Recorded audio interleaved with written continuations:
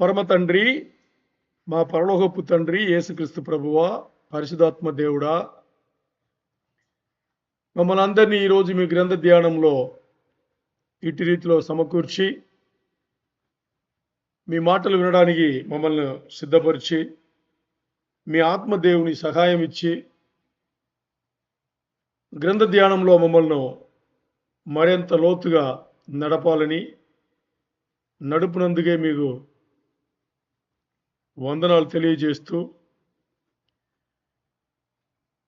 మా అందరినీ విడివిడిగా పేరు పేరున ఇక్కడ ఉండేవాళ్ళు, రాబోయే వాళ్ళు, ఆన్లైన్ ఉండేవాళ్ళు, తర్వాత ఉండబోయే వాళ్ళు అందరినీ పేరు పేరున మీకే సమర్పిస్తూ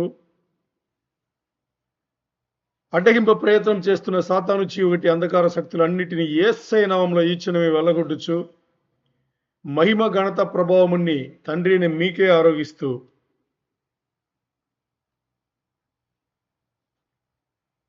మీ భక్తుడైన నేను అయోగ్యుని, అబద్ధికుణ్ణి, నన్ను ఎత్తిపట్టుకుని ఈరోజు మీరే మాతో మాట్లాడాలని ప్రత్యేకంగా మనవి చేస్తూ మరొకసారి మహిమ ఘనత ప్రభావముని తండ్రి అయిన మీకే ఆరోగిస్తూ యేసయ్య అతి పరిశుద్ధ నామములో అడిగి వేడుకుని పొందినాం తండ్రి, ఆమేన్.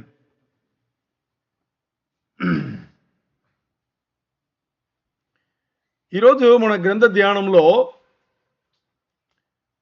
ప్రకటన గ్రంథం 19వ అధ్యాయం మొదలు పెడుతున్నాము.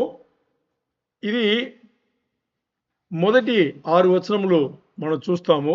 దీంట్లో గొర్రెపిల్ల వివాహం, మ్యారేజ్ ఆఫ్ ద ల్యాంబ్. గొర్రెపిల్ల వివాహం అనగానే గొర్రెపిల్ల ఎవరు తెలుసా? యేసయ్య. యేసయ్యకు వివాహం అంటే చురుకైన వాళ్ళకు ఒక విషయం గుర్తు రావాలి, టక్కమని రావాలి. ఎవరైనా వచ్చిందా? గొర్రెపిల్ల వివాహం ఏం గుర్తొచ్చింది మీకు? టక్కమని రావాలి, చెప్పాలి. సంఘం. ఓకే, గొర్రెపిల్ల సంఘంతో వివాహం చేసుకోబోతున్నారు. మీకేంటి నాకేంటి కదా? మనం ఏదన్నా ధ్యానం చేస్తే గ్రంథం నుంచి మన చదివితే నాకేంటి అని అడగాలి కదా. What is in it for me? WIIIFM.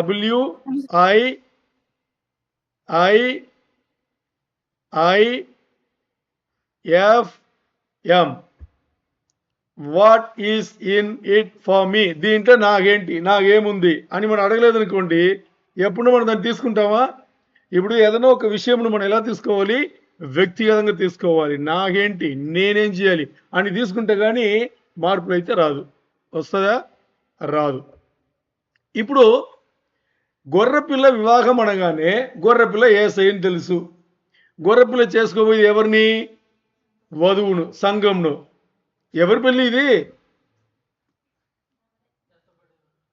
ఎవరి పెళ్ళి? మన పిల్ల, ఎత్తబడే వాళ్ళ పెళ్ళి? ఎత్తబడే వాళ్ళది. ఎత్తబడే వాళ్ళది. అంటే మీరు ఎత్తబడరు, ఇదేనా? ఎవరైతే ఎత్తబడే వాళ్ళ పెళ్ళి అంటే ఆ అర్థం ఏంటి? అందులో నేను మన పెళ్ళి అని చెప్పకూడదు. ఇక్కడ ఏమనాలి? నా పెళ్ళి అనాలి. అందుకే కదా what is in it for me అన్నాను. మీ అన్నానా, అస్ అన్నానా?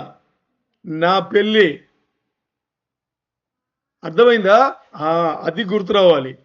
ఈరోజు మ్యారేజ్ ఆఫ్ ద ల్యాంబ్, గొర్రెపిల్ల వివాహం అంటే ఎవరి వివాహం గురించి మాడబోతున్నాం? నా వివాహం గురించి నేను మాడబోతున్నా. మీరు మీ వివాహం గురించి వినబోతున్నారు. ఇప్పుడు వివాహం అనగానే మళ్ళీ మాకు అయింది కదా అని అనుకుంటారేమో, అది నకిలీ. ఏంటి నకిలీ? ఈ లోకంలో వివాహం చేసిన వాళ్ళందరూ కూడా నకిలీ. అంటే మాదిరి వివాహం ఇక్కడ చేసుకున్నాం. అఫ్ కోర్స్ యేసయ్య ఆజ్ఞాపించేట్టు మనం చేసుకున్నాం, లేదని కాదు. మరి ఇది నిజమైన వివాహం అవుతుందా? పరలోకంలో ఆయనతో ఉండేది నిజమైన వివాహం అవుతుందా? నిత్య జీవం కలిగిందే నిజమైన వివాహం కదా. సో అలాంటి ఒక గొప్ప వివాహం గురించి ఈరోజు చూడబోతున్నాము. మరి ఏదో అని అలాగ మాట్లాడే విషయాలు కాదు, చాలా లోతైన విషయాలు చాలా ఉన్నాయి. ఏమని చూద్దాం. ఓకే, ఇప్పుడు 18వ అధ్యాయంలో 20వ వచనం మనకు ముగింపు కదా. ఆ అధ్యాయంలో 20వ వచనం చివరి వచనం. దాంట్లో ఏం మనం ధ్యానం చేసామంటే, పరలోకమా సంతోషించుడి అని చూసామా. పరలోకమన సంతోషించుడి. ఎవరెవరు సంతోషించాలి? దేవుని పిల్లలారా సంతోషంగా ఉండండి, అపోస్తలారా సంతోషంగా ఉండండి, ప్రవక్తలారా సంతోషంగా ఉండండి. ఎందుకంటే దేవుడు ఆమెను తీర్పు తీర్చాడు అని ఉంది. ఈ ఆమె ఎవరు? బబులోను పట్టణం. బబులోను పట్టణం అంటే ఎవరు? బబులోను పట్టణం 6-7 విషయం రావాలి కదా. ఓకే, ఈ బబులోను పట్టణం రెండుగా చెప్పబడింది. మొదటిది వేసి అయిన వాటికన్ పట్టణం, అనగా రోమన్ కథోలిక గుంపు. అర్థమైందా? ఇది పతనమైంది 17వ అధ్యాయంలో కదా. అయిందా లేదా? ఓకే, 18వ అధ్యాయంలో పట్టణమైన బబులోను పట్టణం, అనగా సాతాను యొక్క పునరుద్ధరించబడిన రోమా సామ్రాజ్యం. అర్థమైందా? అది పతనమైంది. ఇప్పుడు అది అలా అయింది కాబట్టి 18వ అధ్యాయంలో 20వ వచనంలో ఏమని రాయబడింది? సంతోషించుడి అని.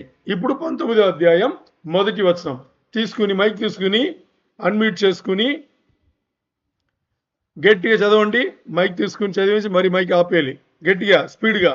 అటు తర్వాత అనగానే ఏమడగాలి? ఎటు తర్వాత కదా. అది చదివేటప్పుడు అది చదివితే అది బైబిల్ గ్రంథాన్ని ధ్యానం చేసినట్టు ఉంటుంది. అటు తర్వాత ఎటు తర్వాత చూద్దాం ఏమని. అటు తర్వాత బహుజనుల శబ్దము వంటి గొప్ప స్వరము పరలోకమందు ఇలాగు చెప్పగా వింటిని. ప్రభువును స్తుతించుడి. రక్షణ మహిమ ప్రభావములు మన దేవునికే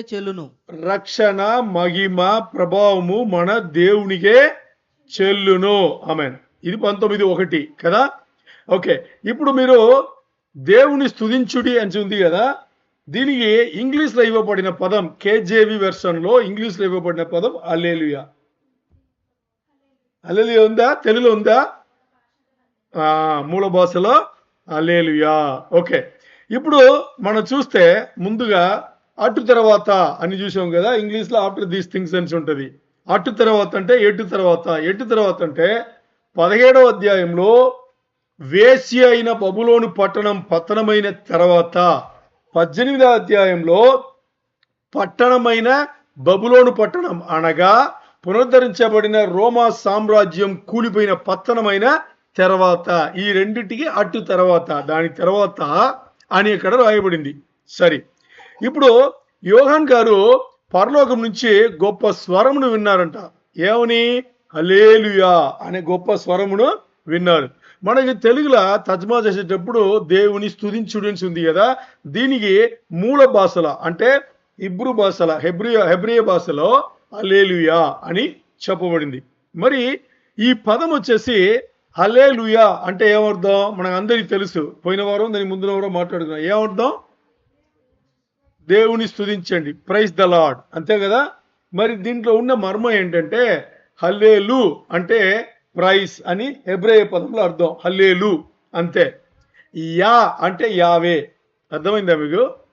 హల్లెలూయా అంటున్నాం కదా.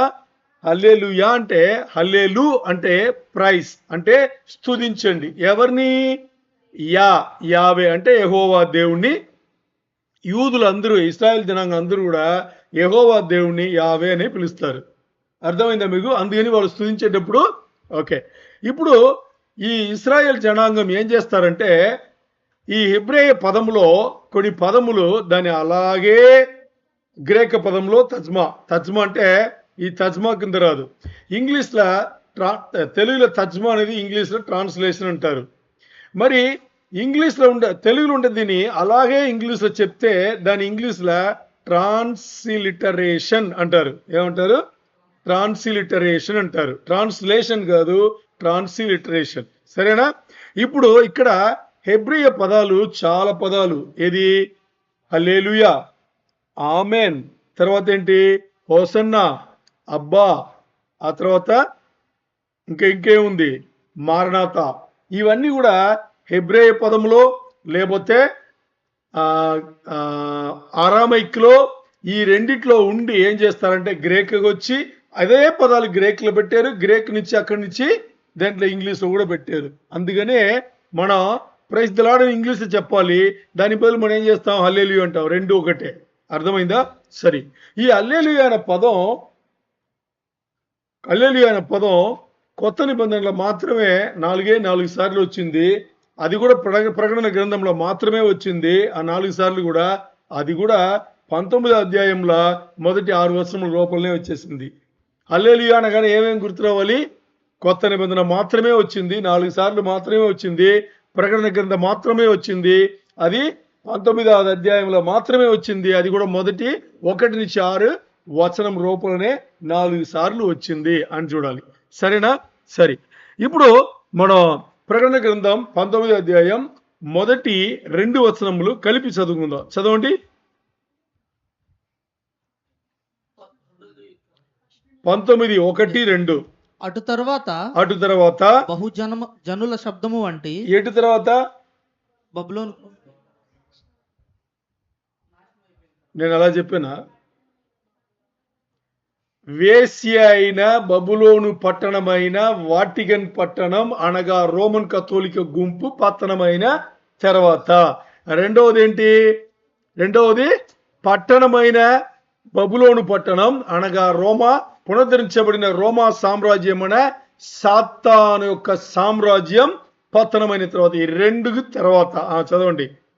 అటు తర్వాత శబ్దము వంటి పరలోకంలో బహుజనుల శబ్దము వంటి గొప్ప స్వరము పరలోకమందు ఇలాగ చెప్పగా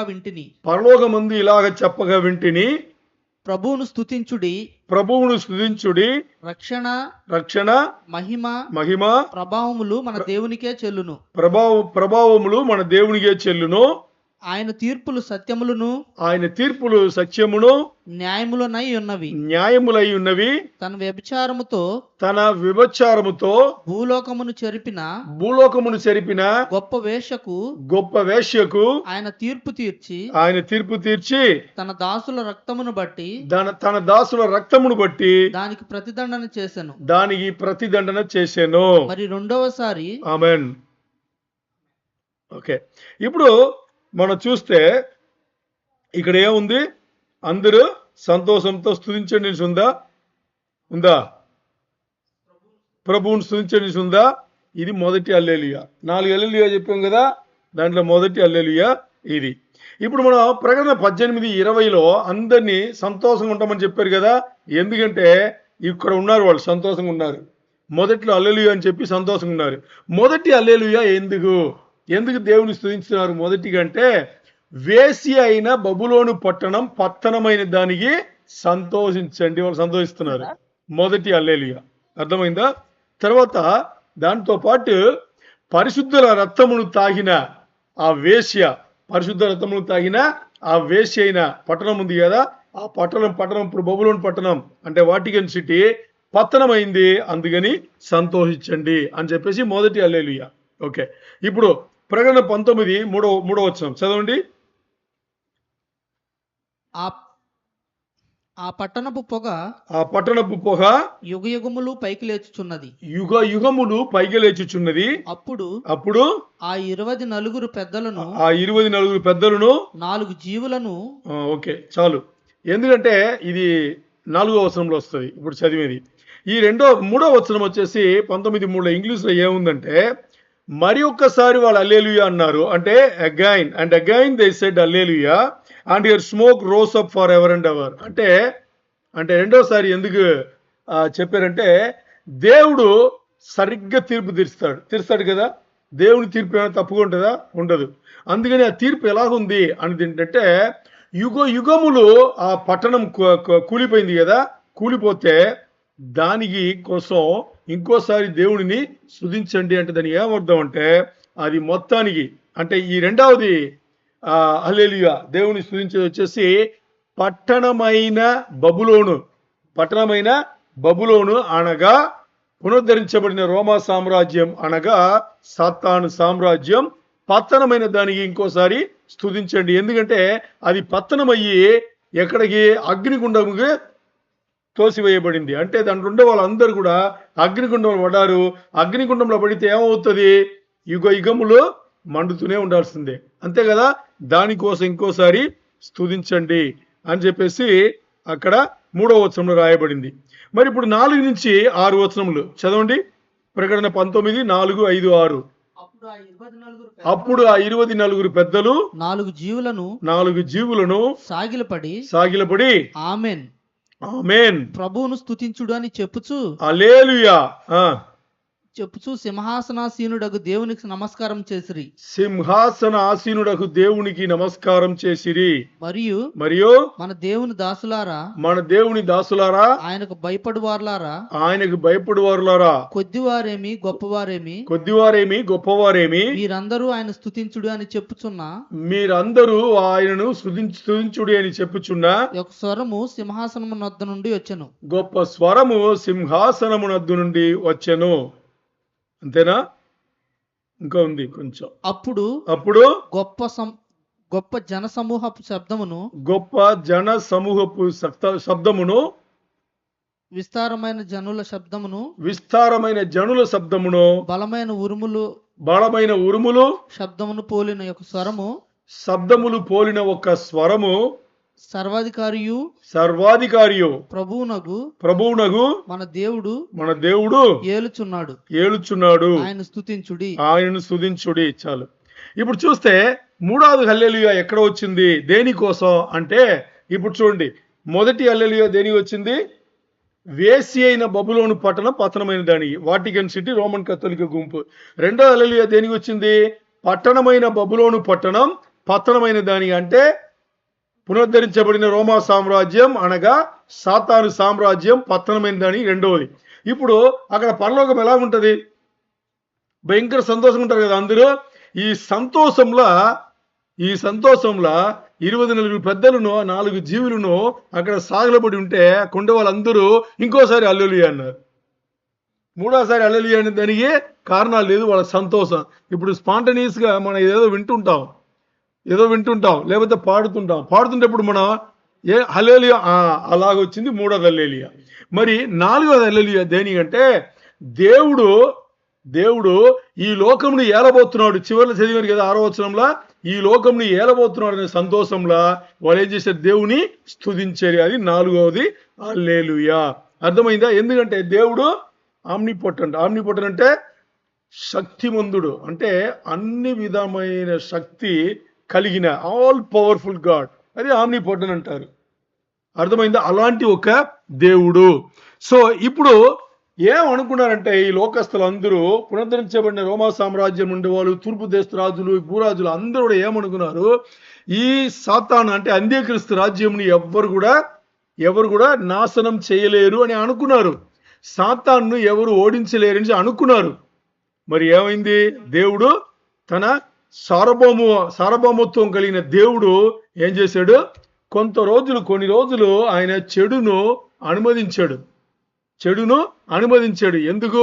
ఆయనకైనా ఒక గుంపును ఆయన ఫ్రీ విల్, స్వేచ్ఛతో తయారు చేసుకోవడానికి ఆయన అనుమతించాడు. చూడండి, ముందే మీరు ప్రార్థన చేసుకున్నారు, పరిశుద్ధాత్మ దేవుడు మిమ్మల్ని నడపాలని. ఆ ప్రార్థనలోనే ఉండి వినండి, ఎందుకంటే చాలా విషయంలో వస్తూనే ఉంటుంది, ఒకటి తర్వాత అన్ని మీకు అర్థం అవ్వాలి. సరే, ఇప్పుడు అర్థమైందా? దేవుడు ఏలబోతున్నాడు, ఈ లోకంలో దేవుడు ఏలబోతున్నాడు, తన రాజ్యం రాబోతుందని ఏం చేశారు? అందరూ చాలా సంతోషంగా ఉంటున్నారు. ఇంకొక కారణం ఏంటంటే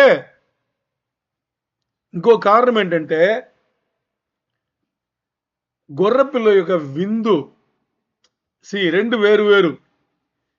గొర్రెపిల్ల యొక్క వివాహం వేరు, విందు వేరు. గొర్రెపిల్ల యొక్క విందు వేరు, రెండు అర్థం చేసుకోవాలి. మ్యారేజ్ ఆఫ్ ద ల్యాంప్ ఇంగ్లీష్లో అది వేరు, మ్యారేజ్ సప్పర్ అది వేరు. రెండు వేరు. చాలా మంది బైబిల్ తెలిసిన వాళ్ళే దానికి తేడా లేదని ఒకేలా బోధిస్తారు. ఇది తప్పు. Marriage of the lamp is different, marriage supper is different. సరేనా? ఈ రెండు వేరు, అది మీరు అర్థం చేసుకోవాలి. సరే, ఇప్పుడు మనం మాట్లాడబోయేది marriage of the lamp. Marriage of the lamb. Okay, ఇప్పుడు మనం గొర్రెపిల్ల యొక్క వివాహం గురించి మనం మాట్లాడబోతున్నాం. అర్థమైందా ఏంటి అని చూస్తే ఇప్పుడు ప్రకటన 19:7 చదవండి. ప్రకటన 19:7. అప్పుడు గొప్ప జనసమూహపు శబ్దమును, ఉమ్, విస్తారమైన జనముల శబ్దమును, ఓకే, బలమైన ఉరుముల శబ్దమును పోలిన యొక్క స్వరము సర్వాధికారియు ప్రభువునగు మన దేవుడు ఏలుచున్నాడు. ఆయన స్తుతించుడి. ఆ, గొర్రెపిల్ల వివాహోత్సవ సమయము అది గొర్రెపిల్ల వివాహోత్సవ సమయము వచ్చినది. ఆయన భార్య తన్ను తాను సిద్ధపరచుకుని ఉన్నది. తనను తాను సిద్ధపరుచుకుని ఉన్నది. ఆమెన్. ఇక చూడండి, గొర్రెపిల్ల యొక్క వివాహోత్సవం వచ్చినది అని తెలుగులో ఉంది కదా. దీని ఇంగ్లీష్లో అక్కడ ఏమి రాయాలి అంటే ఇంగ్లీష్లో తప్పుగా ఉంది. వచ్చినది అని తెలుగులో ఉంటే ఇంగ్లీష్లో ఈస్ కమ్మన్స్ ఉంది. ఏమనుంది? హేస్ కమ్ అంటే రైట్ అది. ఓకే, ఇప్పుడు హ్యాస్ కమ్ అంటే అది పర్ఫెక్ట్ టెన్స్ ఇంగ్లీష్లో చెప్తారు. హ్యాస్, హ్యావ్, హ్యాడ్ ఇవన్నీ. మరి హ్యాస్ కమ్ అంటే ప్రెసెంట్ పర్ఫెక్ట్. ప్రెసెంట్ పర్ఫెక్ట్ అంటే ఏమర్థం? దాన్ని ఎలా తీసుకోవాలంటే, ప్రెసెంట్ పర్ఫెక్ట్ అనేది కొంతసేపు ముందు మొదలుపెట్టింది, ఇప్పుడు జరుగుతుంది, ఇంకొంతసేపు జరిగి ఆగిపోతాయి. దానే ప్రెసెంట్ పర్ఫెక్ట్లో చెప్తారు. ఇది కంటిన్యూస్గా రాదు, చిన్న తేడా ఉంటుంది. ఇంగ్లీష్ గ్రామర్ తెలిస్తే అర్థం అవుతుంది, లేకపోతే అర్థం కాదు. అంటే ఇప్పుడు ఇక్కడ మాట్లాడిన హ్యాస్ కమ్ దాని అర్థం ఏంటంటే, కాసేపు ముందు స్టార్ట్ అయింది, కొంత ముందు స్టార్ట్ అయింది, జరుగుతుంది, ఇంకొంతసేపు అయితే అయిపోతుంది అని దీన్ని చెప్పడానికి పర్ఫెక్ట్ టెన్స్ చెప్తారు. మొదలైంది, జరుగుతుంది, ఇప్పుడు అవ్వబోతుంది, దీన్ని పర్ఫెక్ట్ టెన్స్ చెప్తారు. ఇప్పుడు వచ్చినది, తెలుగులో వచ్చినది అంటే అర్థం ఏంటి? వచ్చిందా, రాబోతుందా? వచ్చేసింది అంటే ఇప్పుడు జరుగుతుందా, అయిపోయిందా కదా? జరిగిందా, జరుగుతుందా? జరుగుతుంది. దానే హ్యాస్ కమ్ అనేది. అర్థమైందా? అంటే ఆల్రెడీ మొదలైంది, ఇప్పుడు జరుగుతుంది, ఇప్పుడు అయిపోతుంది. ఇది సరే. ఇప్పుడు మీకు తర్వాత అర్థమవుతుంది. సరే, ఇప్పుడు గొర్రెపిల్ల వివాహోత్సవం వచ్చినది అని ఉంది కదా. ఓకే, ఇక్కడ చూడండి, గ్రేక పదంలో దీనికి ఇప్పుడు నేను ఏదైతే చెప్పానో అదే గ్రేక పదంలో ఇదే వాడబడింది. ఒరిజినల్ మూల భాషలో ఇదే వాడబడింది. మొదలైంది, జరుగుతుంది, ఇప్పుడు అయిపోతుంది. అంత అర్థమైందా? సరే, ఇప్పుడు 7, 8, 9 మనకు అర్థం అవ్వాలి అంటే ప్రకటన 19 నన్ను చూడాలి. ఇప్పుడు మీకు అక్కడ పని లేదు, కాసేపు బైబిల్ మూసి కూడా పెట్టేయవచ్చు. ఓకే, ఇప్పుడు ప్రకటన గ్రంథం 19, 7, 8, 9 మీకు నాకు అర్థం అవ్వాలంటే ఏం చేయాలి తెలుసా? ముందుగా బైబిల్ మూసి పెట్టాలి. ఇప్పుడు నేను చెప్పబోయే కథ 2 భాగంలోగా చెప్తాను. ఈ కథలు మొదటి భాగం నేను ఎక్స్ప్లెయిన్ చేస్తాను, రెండో భాగం ఫిల్ ఇన్ ద బ్లాంక్స్ మీరే ఫిల్అప్ చేసుకోవాలి. దానికి మీరు పూర్తిగా బాగా ఏకాగ్రత పెట్టి వింటేనే అర్థమవుతుంది. మరి నేను దీన్ని మొదటిసారి చెప్తున్నానంటే పూర్తి వివరాలు మొదటిసారి చెప్తున్నాను.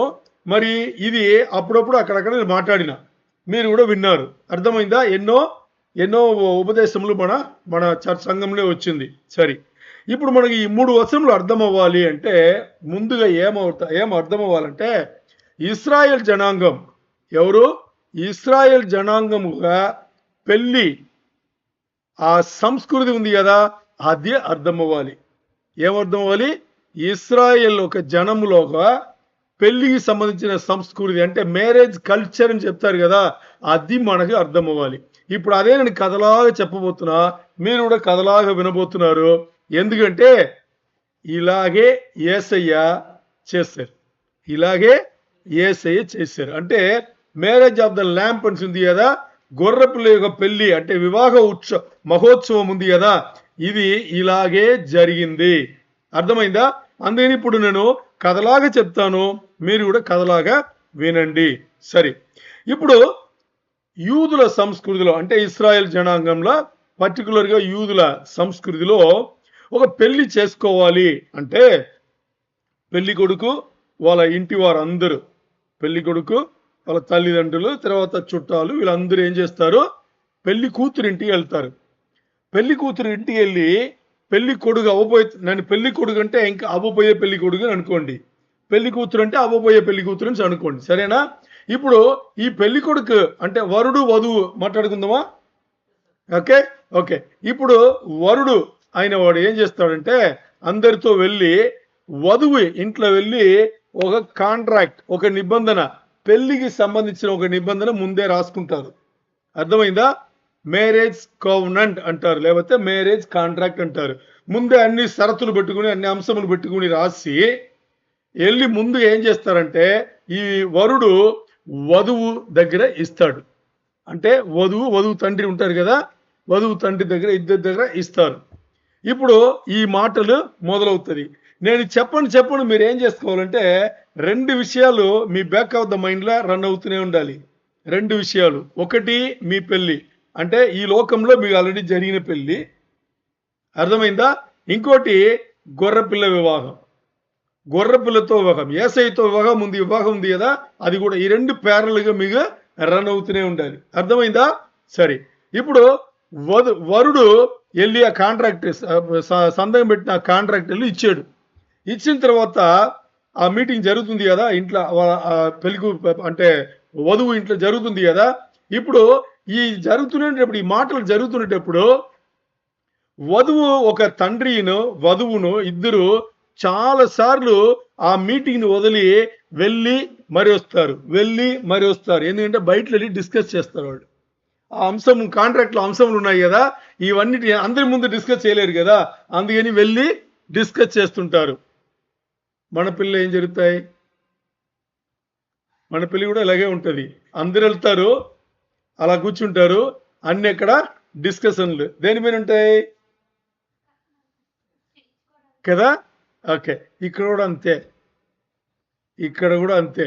ఒక తేడా ఉంది, ఆ తేడా మీకు తెలుసు. ఇక్కడ ఏంటంటే అంటే వధువు తండ్రి ఇద్దరు మారి మాట్లాడి వచ్చి ఒక 4-5 సార్లు లేదా 10 సార్లు అనుకోండి వచ్చి వీళ్ళతో మాట్లాడి మరీ వెళ్తారు. ఓకే, చివరికి ఖాయం చేసుకున్నారు అనుకుందాం. ఏది? వధువు వరుణ్ణి ఒప్పుకుంది అని అనుకుంటే, వధువు తండ్రి కూడా ఒప్పుకున్నాడు అంటే ఇప్పుడు ఏం చేస్తారు అంటే వాళ్ళు కూడా సందేహం పెడతారు. సందేహం పెడితే దానికి ఏమర్థం అంటే ఈ కాంట్రాక్ట్లో ముఖ్యమైన ఒక మ్యాటర్ ఉంది. ఏ మ్యాటర్ అంటే డబ్బులు ఎంత అనేది ముఖ్యమైన మ్యాటర్. చాలా షరతులు ఉంటాయి దాంట్లో, డబ్బులు ఎంత అనేది. ఓకే, ఇప్పుడు ఈ డబ్బులు వరుడు వధువుకి ఇవ్వాలి, వధువుకి నాన్నకి, వధువు తండ్రికి ఇవ్వాలి. అర్థమైందా? ఇది దాంట్లో రాయబడి ఉంటుంది. ఇది ఆ కాంట్రాక్ట్లో, ఆ నిబంధనలో రాయబడి ఉంటాయి. ఇప్పుడు రాయబడిన ఈ నిబంధన ప్రకారం వరుడు ఏం చేస్తాడు? డబ్బులను అందిస్తాడు. అయిపోయిందా? ఇప్పుడు ఈ డబ్బులు అందించిన తర్వాత లీగల్గా ఏం చేసుకుంటా, ఇది లీగల్ డాక్యుమెంటా? ఈ కాంట్రాక్ట్ అనేది చట్టబద్ధమైన కాంట్రాక్ట్. వాళ్ళు సంతకం చేసుకున్నారు, పెద్దవాళ్ళ మధ్య ఉంటారు, వాళ్ళు సాక్షులు సంతకం పెట్టుకున్నారు. పెట్టిన తర్వాత మొత్తానికి ఏమైంది? ఇప్పుడు పెళ్లి అయిపోయింది. ఏది? పెళ్లి అయిపోయింది. ఈ కాంట్రాక్ట్లో సంతకం పెడితే పెళ్లి అయిపోయింది. అర్థమైందా మీకు? పెళ్లి అయిపోయింది. సరే, ఇప్పుడు పెళ్లి అయిన తర్వాత ఓకే, దానికన్నా ముందు ఇప్పుడు ఎందుకు ఈ డబ్బులు ఇవ్వబడింది? ఇప్పుడు వధువు తండ్రికి డబ్బులు ఇచ్చాడు కదా, ఎందుకంటే వరుడుగా అర్థం అవ్వాలి, నా వధువు ఖరీదైన అమ్మాయి, మంచి అమ్మాయి, ఖరీదైన అమ్మాయి, ఈ అమ్మాయిని నేను వెల పెట్టి కొంటున్నాను అనేది వరుడు ఒప్పుకొని ఆ డబ్బులు ఇస్తున్నాడు అని అర్థం. మన సమాజంలో రివర్స్ కదా, అడ్డంగా జరుగుతాయి.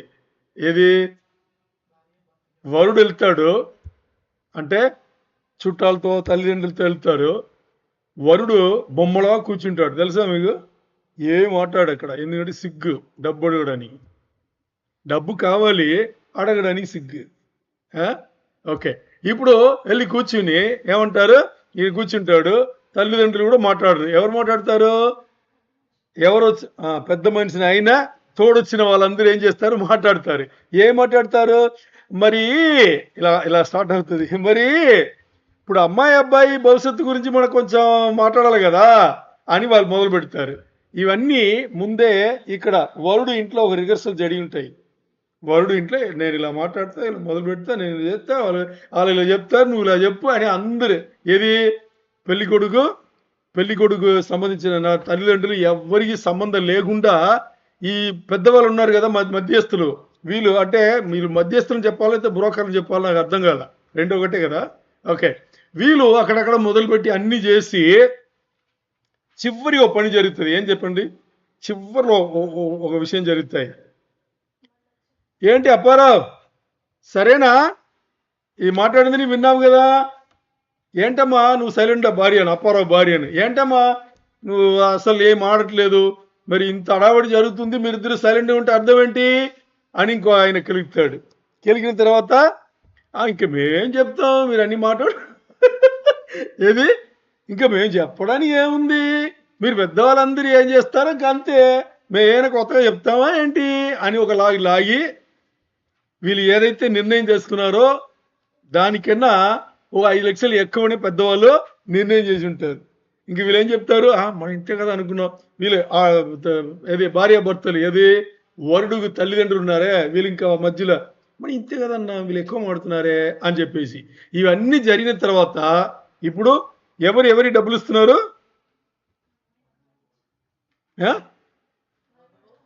వధువు వరుడికి. ఇప్పుడు పెళ్లికొడుకు ఎవరు, పెళ్లికొడుకు ఎవరు ఇక్కడ లోకం గురించి ఏదో మాట్లాడాము. లోకంలో పెళ్లికొడుకు ఎవరు, అమ్మాయి, అబ్బాయి కాదు, అంతేనా. అది ఇంట్లో డామినేషన్ జరిగేది అంతే.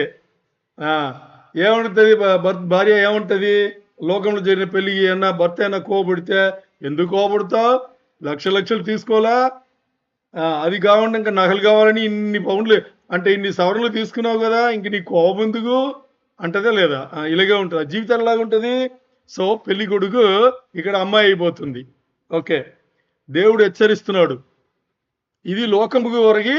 ఓకే, మీలో ఎవరన్నా, నేను ఓపెన్గా చెప్తున్నా, మీరు ఏమన్నా అనుకోండి, ఏదన్నా మీరు నిర్ణయాలు తీసుకోండి, దేవుని బిడ్డలైన వారు తెలిసి తెలియకుండా దీని ముందు మీరు డబ్బు తీసుకుని పెళ్లి చేసుకుంటే మర్యాదగా చెప్తున్నా మీ అత్తమాయి రిటర్న్ ఇవ్వండి, మీ అత్తమాయిగా రిటర్న్ ఇవ్వండి, మర్యాదగా చెప్తున్నా.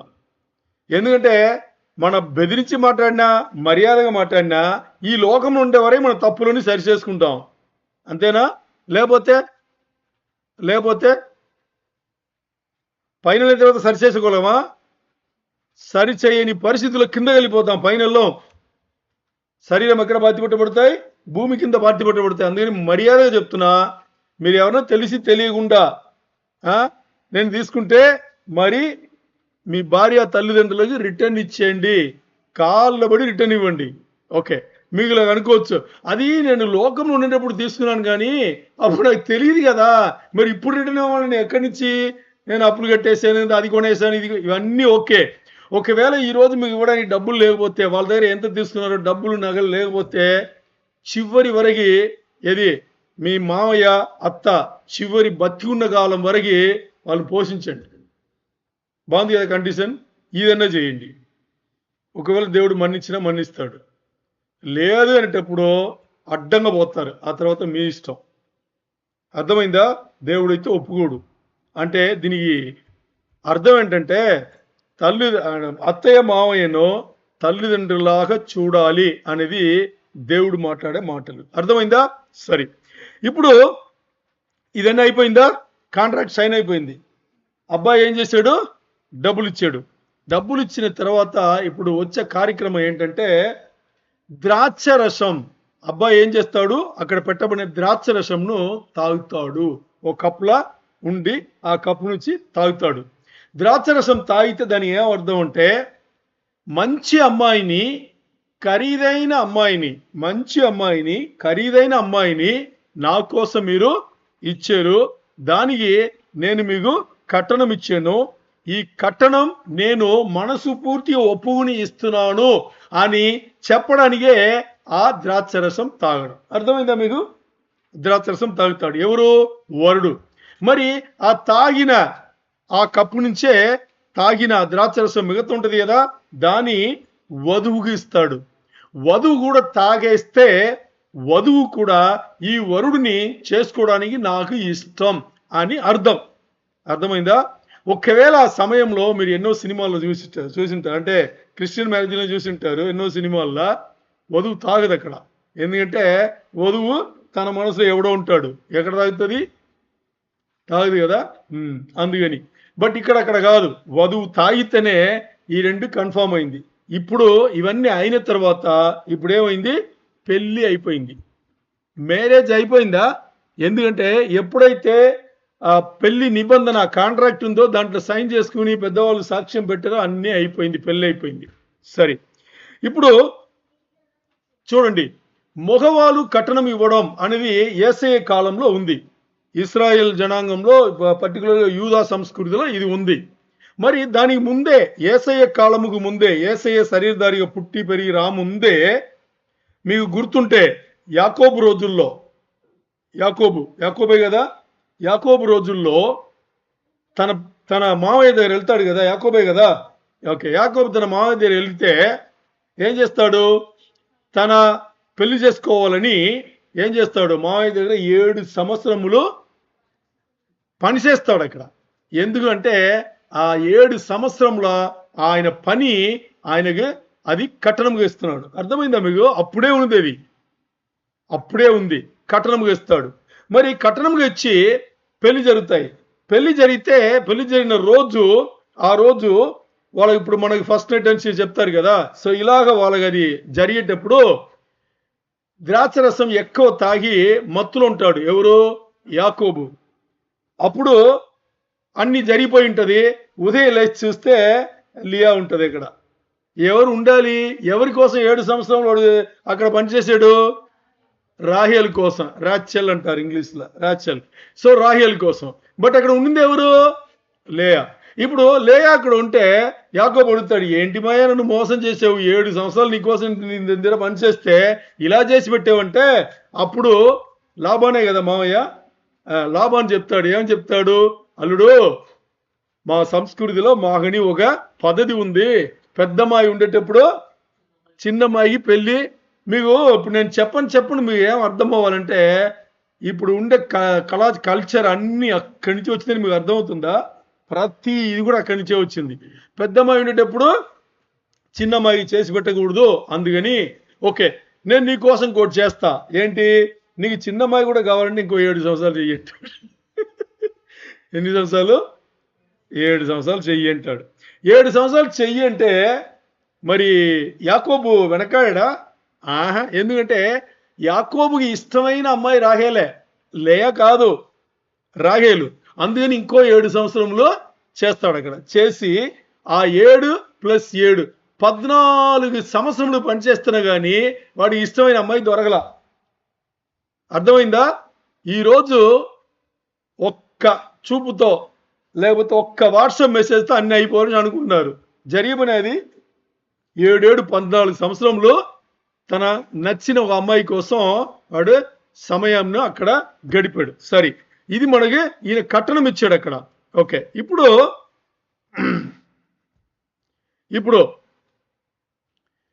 మన పెళ్లి సంగతికి వస్తాం, సరేనా?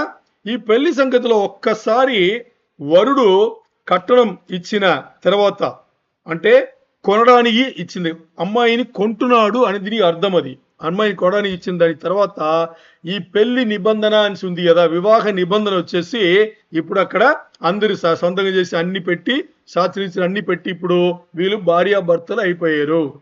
అర్థమైందా మీకు? భార్యాభర్తలు అయిపోయారు. సరే, ఇప్పుడు మీకు ఉదాహరణ చెప్తా. యోసేపు మరియా మీకు కథ తెలుసు. యోసేపు మరియా కథ తెలుసు. ఈ ఇద్దరికి నిశ్చయం అవ్వగానే ఏమైపోయారు? వాళ్ళు భార్యాభర్తలు అయ్యారనిసే ఉంటుంది. మరి వాళ్ళు ఇంకా శారీరంగా కలవల, మరి భార్యాభర్తలు అయిపోయారు కదా, అది వాళ్ళ సంస్కృతి. సరే, ఇప్పుడు దీన్ని చూస్తే ఎప్పుడైతే ఈ నిశ్చయం జరిగిందో, ఈ పెళ్లి నిబంధన ఇవేసి ఇది జరిగిందో, ఇప్పుడు ఈ వరుడు ఇంకో అమ్మాయిని చేసుకోవడానికి వీలు లేదు. ఈ అమ్మాయి అంటే ఈ వధువు ఈ వరుడు కోసమే ఇప్పుడు ఫ్రీజ్ అంటే సీల్ చేయబడింది, ముద్ర వేయబడింది, ఇంకా వీళ్ళకి పెళ్లి అయిపోయింది అంటే భార్యాభర్తలు అయిపోయారు అనేది వాళ్ళ సంస్కృతి. సరే, ఇప్పుడు ఇది అయిన తర్వాత నేను చెప్పాను కదా, ఈ ద్రాక్షరసం తాగడం ఇవన్నీ ఇప్పుడు అన్ని సెట్ అయింది, అన్ని జరిగింది. సరే, ఇప్పుడు వరుడు ఇలా చేయడానికి వరుడు యొక్క తండ్రియో లేదు వరుడు యొక్క కుటుంబ సంబంధులు ఉంటారు కదా, వీళ్ళు ఎవరో ఆ వరుడును ఫోర్స్ చేయరు. ఏం చేయరు? ఫోర్స్ చేయరు. ఇది వరుడు యొక్క ఇష్టం. అమ్మాయి నచ్చింది నచ్చలేదు నేను చేసుకుంటాను చేసుకోనని చెప్పది వరుడు ఒక ఇష్టం. అర్థమైందా మీకు? దీంట్లో ఏది కూడా ఫోర్స్ లేదు. ఇప్పుడు ఈ పెళ్లి నిబంధన అయిపోయిన తర్వాత ఇప్పుడు వీళ్ళందరూ ఏం చేస్తారు? ఎవరు? వరుడు సంబంధించిన వాళ్ళు, వరుడు సంబంధించిన ఇంటి వాళ్ళు, పెద్దవాళ్ళు, వీళ్ళందరూ కూడా ఏం చేస్తారంటే ఇప్పుడు వధువు ఇంటి నుంచి వరుడు ఇంటికి మరలా వస్తారు. అర్థమైందా?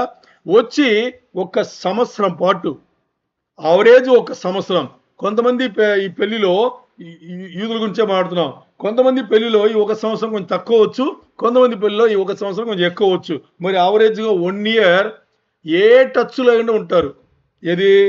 వరుడును వధువు భార్యాభర్తలు అయ్యారు కదా, ఏ టచ్ లేకుండా ఉంటారు. ఈ రోజుల్లో అలా ఏమన్నా జరుగుతుందా? ఆలోచన చేయండి. ఎంత చెడిపోయామని, అంత ఘోరంగా. అంటే చూడకముందే, ఏది? అమ్మాయిని చూడకముందే, అంటే చూడకముంటే ఏర్పాటు చేసి నిశ్చయం చేయక ముందే ఎంత తిరుగుతారు, ఏమేమి కాంటాక్ట్స్లు, ఫోన్లు, ఇంకా మీడియా ద్వారా ఏమో జరుగుతుందా? అవన్నీ లేదు, దేవుడు అనుమతించాల. దేవుని ధర్మశాస్త్రంలో అవన్నీ వాళ్ళకి లేదు. సరే, ఇప్పుడు ఇదన్నీ జరిగిన తర్వాత దాదాపుగా సంవత్సరం పాటు వీళ్ళిద్దరూ విడిపోయి వరుడు ఇంట్లో ఉంటాడు, వధువు ఇంట్లో ఉంటుంది. సరే, ఇప్పుడు 2 జరుగుతాయి. వరుడు ఇంట్లో ఉండేటప్పుడు, వధువు ఇంట్లో ఉండేటప్పుడు. వధువు ఇంట్లో ఏం జరుగుతుంది బాగా అర్థం చేసుకోండి. వధువు ఇంట్లో ఏం జరుగుతుందంటే, ఈ కట్నం తీసుకున్నారు కదా, కట్నం తీసుకున్న దాంట్లో ఒక్క చిన్న పోర్షన్ వచ్చేసి వధువుకు ఖర్చు పెడతారు, పెద్ద పోర్షన్ వచ్చేసి వధువుకు తండ్రి పెట్టుకుంటాడు. మీకు అర్థమైందా? ఇది వాళ్ళ సంస్కృతి. అంటే వధువుకు ఒక తండ్రి ఉన్నాడు కదా, తండ్రి పెద్ద మొత్తం పెట్టుకుంటాడు, ఇంకా కొంచెం చిన్న మొత్తం ఉంటుంది కదా, దాన్ని వధువుకు ఇస్తాడు.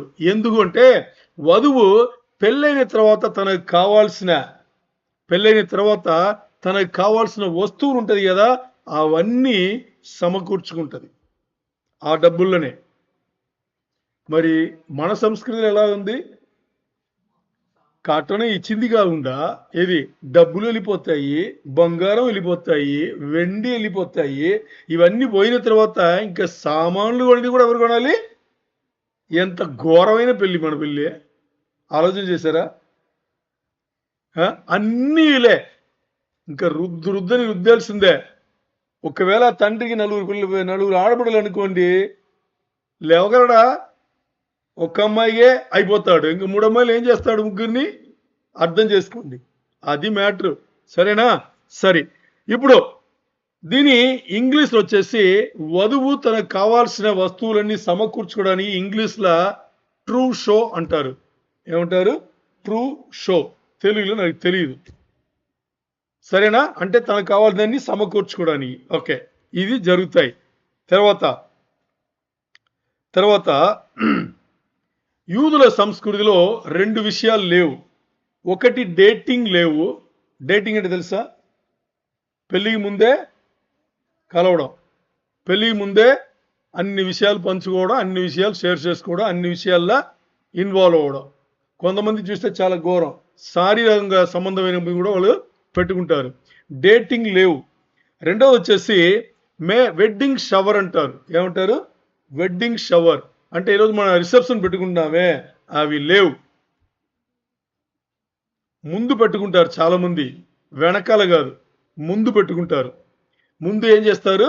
పెట్టుకుంటారు. అది వాళ్ళ దగ్గర లేవు. ముందు ఏమి లేవు. వరుడు తన గుంపుతో ఇంటికి రిటర్న్ వెళ్ళిపోతే ఇంకా 1 ఇయర్, దాదాపు 1 ఇయర్ వచ్చేసి ఏ టచ్ ఉండదు. మరి ఆ ఇంటికి వెళ్ళేటప్పుడు బాగా అర్థం చేసుకోండి, నిశ్చయం చేసుకున్నారు, మ్యారేజ్ నిబంధన అంటే పెళ్లి నిబంధన అన్ని సైన్ చేసుకున్నారు, అన్ని చేసి రిటర్న్ వెళ్ళేటప్పుడు వరుడు వధువు దగ్గర ఒక మాట చెప్తాడు. ఏం చెప్తాడు తెలుసా? నేను ఇప్పుడు వెళ్తున్నాను. ఏమంటాడు? నేను ఇప్పుడు వెళ్తున్నాను, మరలా నేను వచ్చి నిన్ను తీసుకెళ్తాను, నీకోసం స్థలం సిద్ధపరచడానికి వెళ్తున్నాను, నేను మరలా వచ్చి నిన్ను తీసుకెళ్తాను అని మాటేస్తాడు. అంటే ఎక్కువ ఒక స్పీచ్ లాగా ఉంటుంది. దాంట్లో ఇది ముఖ్యం. ఇప్పుడు నేను ఏదైతే చెప్పానో ఈ అంశం ముఖ్యం. ఎందుకంటే 1 year దూరం ఉంటారు కదా. ఈ 1 year దూరం ఉండేటప్పుడు వరుడు వధువుకి హామీ ఇస్తున్నాడు. ఏమని? నేను నిన్ను విడచి వెళ్ళలేదు, నీ కోసం స్థలం సిద్ధపరిచేసి మరలా వచ్చి నేను తీసుకెళ్తాను అని చెప్పి ఆ తర్వాతనే వెళ్ళేది. అర్థమైందా? సరే, ఇప్పుడు ఈ 1 year పీరియడ్ అనేది వధువు తన సిద్ధమవ్వడానికి ఇవ్వబడిన టైం, ఇవ్వబడిన సమయం. అంటే తనకు కావాల్సింది సమకూర్చుకోవడానికి తనకు ఇవ్వబడిన సమయం. ఇది కరెక్ట్గా జరుగుతుంది. సరే, ఇప్పుడు వరుడు వెళ్ళి ఏం చేస్తాడని చూద్దాం. వరుడు మొత్తాన్ని వెళ్ళిపోయి రిటర్న్ లేదు కదా. వరుడు వెళ్ళి 2 స్థలాలు సిద్ధం చేస్తాడు ఉండడానికి. వీళ్ళు ఉండడానికి 2 స్థలాలు సిద్ధం చేస్తాడు. మొదటిది తన తండ్రి ఇంటిలో ఒక రూము. మొదటిది తన తండ్రి ఇంటిలో ఒక రూము. రెండవది తండ్రికి సంబంధించిన స్థలాలు బయటలో ఉంటే అక్కడ ఇల్లు కడతాడు. నేను ఇప్పుడు మాట్లాడేది ఇశ్రాయేల్ జనాంగంలో పర్టికులర్గా యూదా సంస్కృతిని గురించి మనం మాట్లాడుతున్నాం. వరుడు అంటే పెళ్లి నిబంధన అన్ని అయిన తర్వాత రిటర్న్ అయ్యలేడు కదా. 2 స్థలాలు సిద్ధపరుస్తాడు.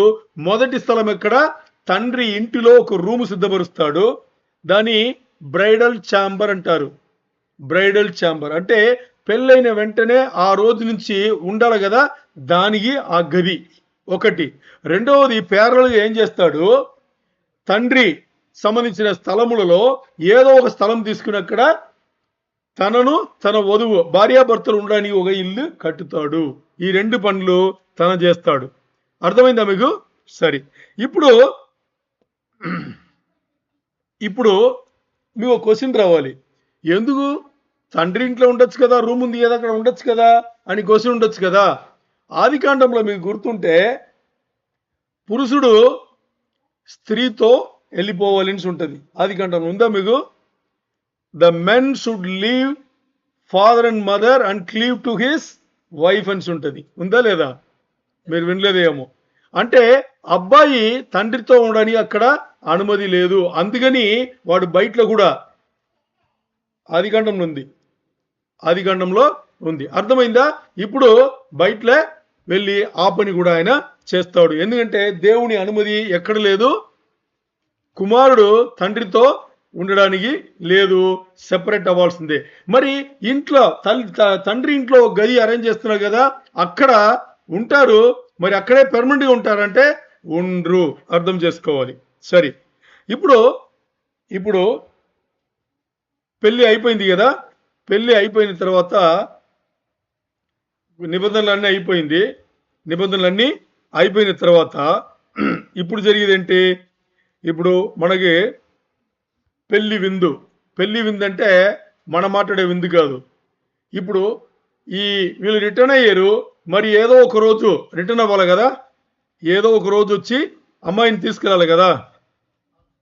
అమ్మాయిని తీసుకెళ్ళడానికి ఇప్పుడు ఏం జరుగుతుంది అని చూస్తే, ఇక్కడ అబ్బాయి వాళ్ళ గుంపని రిటర్న్ అయిన తర్వాత పెళ్లి కొడుకు అంటే వరుడు 2 పనులు చేస్తున్నాడు కదా. ఒకటి గది, ఇంకోటి బయట ఇల్లు కడుతున్నాడు కదా. ఇప్పుడు దీని తర్వాత ఒక విందులాగా ఒకటి తయారు చేస్తారు. దీని తర్వాత ఒక విందు అంటే తీసుకొచ్చిన తర్వాత బాగా అర్థం చేసుకోండి. అక్కడి నుంచి అమ్మాయిని తీసుకొచ్చిన తర్వాత యూదుల సంస్కృతి మనం మాట్లాడుతున్నాం. అక్కడి నుంచి తీసుకొచ్చిన తర్వాత ఇక్కడ ఒక 7 రోజులు ఉంటారు వాళ్ళు. ఎవరు? నాన్నగారి ఇంట్లో, తండ్రి ఇంట్లో గది ఉంది కదా, ఆ గదిలో అంటే పెళ్లి గది అని అనుకోండి. దాంట్లో 7 రోజులు వారు ఉంటారు.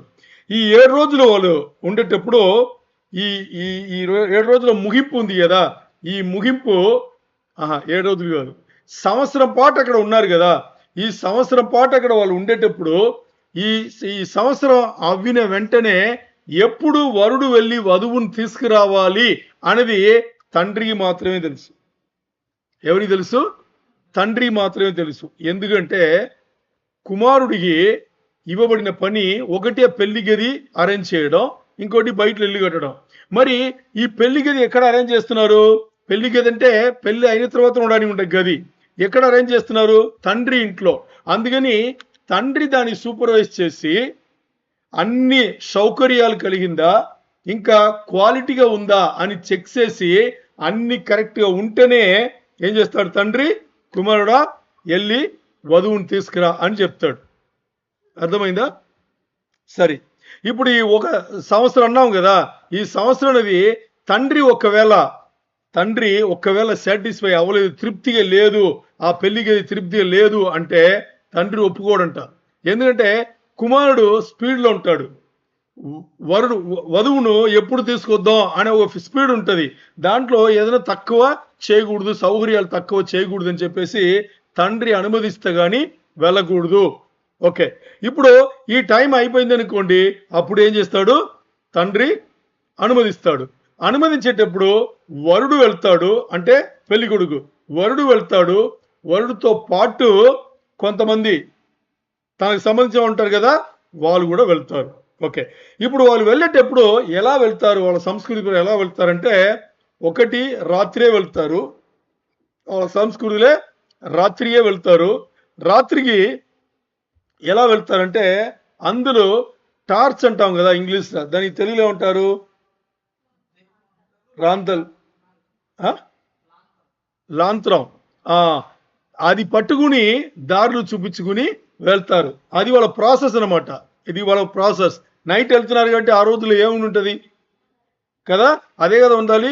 సో దాన్ని పట్టుకుని అలా వెళ్ళి, ఇప్పుడు చూడండి ఈరోజు మనం ఏం చేస్తున్నాము? ఈరోజు పెళ్లి కూతురుని తీసుకురావాలంటే ఏది? బ్యాండ్ మేళం, డబా డబా డబా డబా అని. ఒక చిన్న గ్రామముకి అలా డబా డబాని కొట్టేటప్పుడు అక్కడ అమ్మాయికి తెలిసిపోతుంది.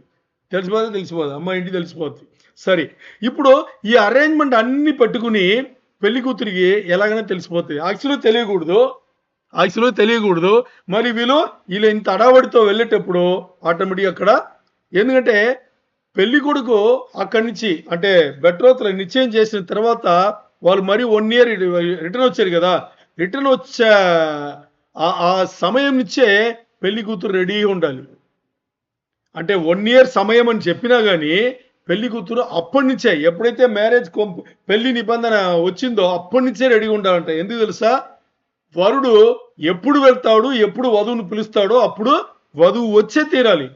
వధువు నాకు టైం లేదు, నేను అది చేయాలి ఇది చేయాలి, షాపింగ్ అవ్వలేదు, ఈపింగ్ అవ్వలేదు, ఇంకా అది లేదు ఇది లేదని చెప్పడానికి వీలు లేదు.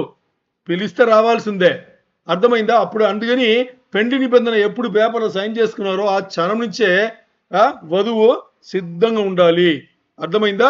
ఇది వాళ్ళ సంస్కృతి. సరే, ఇప్పుడు వచ్చిన తర్వాత వీళ్ళు నైట్ వెళ్తున్నారు. ఇప్పుడు వీళ్ళు పిలవగానే అమ్మాయి రావాల్సిందే. అక్కడ వీళ్ళు భోజనాలు ఇచ్చినాలు ఏం ఉండదు. ఏది? పెళ్లి కూతురు ఇంట్లో భోజనాలు ఇచ్చినాలు ఏం ఉండదు. మరి ఇక్కడ వీళ్ళు బయలుదేరే ముందే మా తరపున 500 మంది వస్తారు. ఏది? పెళ్లి కూతురు తరపున మా తరపున 500 మంది వస్తారు. అది ఒకవేళ 700 మంది అవ్వచ్చు. మేము ఎక్కడ కాంప్రమైజ్ కాము అని చెప్పి వాళ్ళు లిస్ట్ ఇస్తారు. ఏ లిస్టు? మెను విలేజ్ చేస్తాడు. ఇవి ఉండాలి, ఏంటంటే మా చుట్టాలందరూ కొంచెం ఖరీదైన వాళ్ళు, అందుకని మా పరువు తీసేయండి అని చెప్పేసి ముందే అన్ని పంపించేస్తే, ఇంకా ముందే ఎంత తీసుకున్నారు? డబ్బు తీసుకున్నారు, బంగారం తీసుకున్నారు, వెండి తీసుకున్నారు, ఇంకా కావాల్సిన సామాన్. ఇప్పుడు వరుడు వధువు బతకాలంటే వరుడు తండ్రి ఇల్లు నిండిపోతుంది కదా. ఈ సామాన్లు ఎక్కడ తీసుకెళ్తాడు? అక్కడే కదా వెళ్ళేది. అదేనమాట. సరే, అది ఏదో లోకం పోయింది, పోనివ్వండి. ఇప్పుడు ఇవన్నీ జరిగిన తర్వాత నైట్ వెళ్ళి వాళ్ళు తీసుకొచ్చి ఇప్పుడు ఏం చేస్తున్నారు? వాళ్ళు రిటర్న్ అవుతారు. ఎవరు? వధువుని తీసుకుని అందరు ఇప్పుడు పెండ్లి కొడుకు ఇంటికి, అంటే వరుడు ఇంటికి అందరూ వచ్చేస్తున్నారు. వరుడు ఇంటికి అందరూ వచ్చిన తర్వాత ఇప్పుడు వీళ్ళు ఉండడానికి ఒక గది అరేంజ్ చేశారు కదా. ఓకే, బాగా వినండి, చాలా ఇంపార్టెంట్ ఇక్కడ. ఇది ఈ రోజు కూడా కొంతమంది అంటే వీళ్ళ స్టైల్లో లోకంలో పాటిస్తారు. ఇప్పుడు వీళ్ళందరూ వచ్చారు. ఇప్పుడు ఈ వీళ్ళతో వెళ్ళారు కదా, ఏది వరుడుతో వెళ్ళి వధువుని తీసుకురావడానికి కొంతమంది వెళ్ళి ఉంటారు కదా. వీళ్ళు ఏం చేస్తారంటే వరుడును వధువును ఆ గదిలో పెట్టి తలుపేసేస్తారు. తలుపేసి ఆ తలుపు పక్కనే ఉంటారు వాళ్ళు. మీకు అర్థమైందా? వాళ్ళ సంస్కృతి చూడండి ఎందుకు అనేది చాలా ప్రాధాన్యమైనది. వాళ్ళు అక్కడే ఉంటారు. ఉండి 1 గంట 2 గంటలు 3 గంటలు 4 గంటలు మనకు తెలియదు. ఇప్పుడు అక్కడి నుంచి ఈ శారీరంగా వాళ్ళు ఒకటవుతారు కదా, వరుడు వధువు శారీరంగా ఒకటవుతారు కదా, అందుకే కదా పెళ్ళి.